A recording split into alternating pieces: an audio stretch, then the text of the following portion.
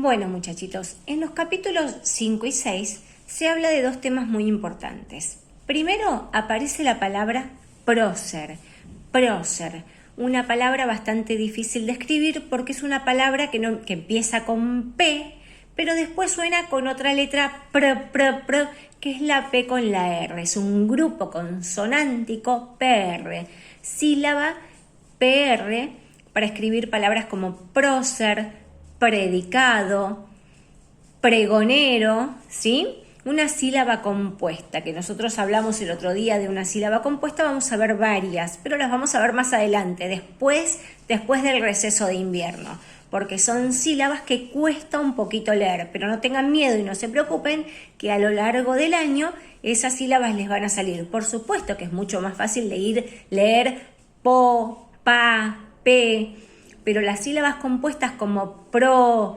bla, bra, son sílabas que de a poquito van a salir.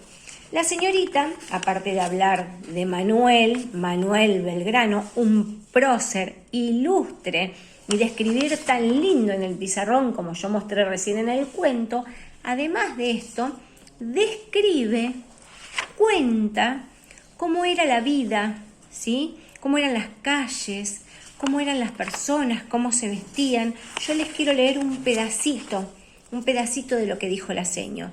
La ciudad era de casas bajas, las paredes blancas, los techos de tejas, las ventanas tenían rejas de hierro, las mujeres de clase alta usaban vestidos largos, peinetones, abanicos. No todas las personas vivían de la misma manera.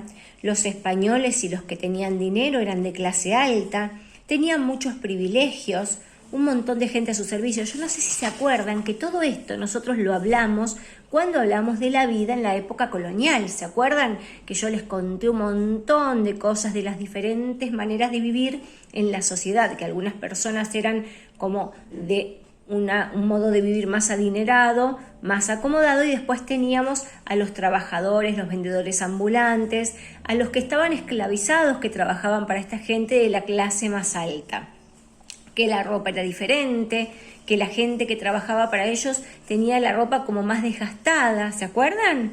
Bueno, las calles en esa época eran de tierra y cuando llovía mucho resultaba difícil andar por el barro porque te patinabas, te manchabas, te ensuciabas, ¿sí?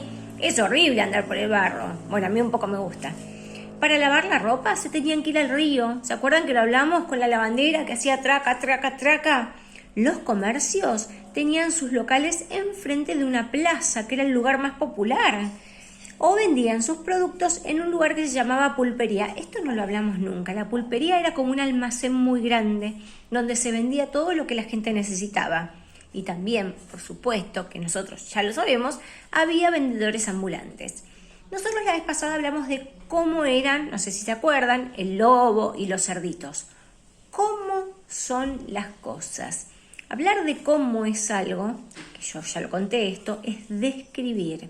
Describir es contarme cómo es algo. Yo quiero que ustedes me cuenten, muy breve, muy cortito, cómo era Manuel Belgrano. Cómo dice la seño que era Manuel. Cómo era Manuel. Y si no encuentran cómo era Manuel, cuéntenme ustedes cómo les parece que es un prócer. Cómo era Manuel, ¿sí? Y por otro lado quiero que me escriban cómo eran las calles en esa época. Cómo eran las calles, cómo era Manuel y cómo eran las calles. Vamos a describir. Para describir utilizamos los adjetivos. Los adjetivos nos cuentan cómo son las cosas. No dónde están, qué hacen, qué son, no. Cómo son. Ustedes piensen cómo es algo. Y ahí me lo van a estar describiendo. Y cuando me lo estén describiendo, van a utilizar para describírmelo adjetivos. Palabra de niños grandes. Adjetivos. Los utilizan para describirme algo. Entonces ahora me van a describir a Manuel Belgrano. Me suenan campanitas de felicidad. Y me van a describir a las calles. Cómo eran esas calles de barro. ¿Embarradas? Ya les di una pista, ¿eh? Bueno, vamos. Quiero que me lo cuenten en un video, me lo escriban en el cuaderno, me lo manden en un audio, como ustedes quieran, pero quiero que escuchen el cuento y que me hagan esta tareita, ¿eh? Vamos que la espero, les mando un beso muy grande. Chau, chau.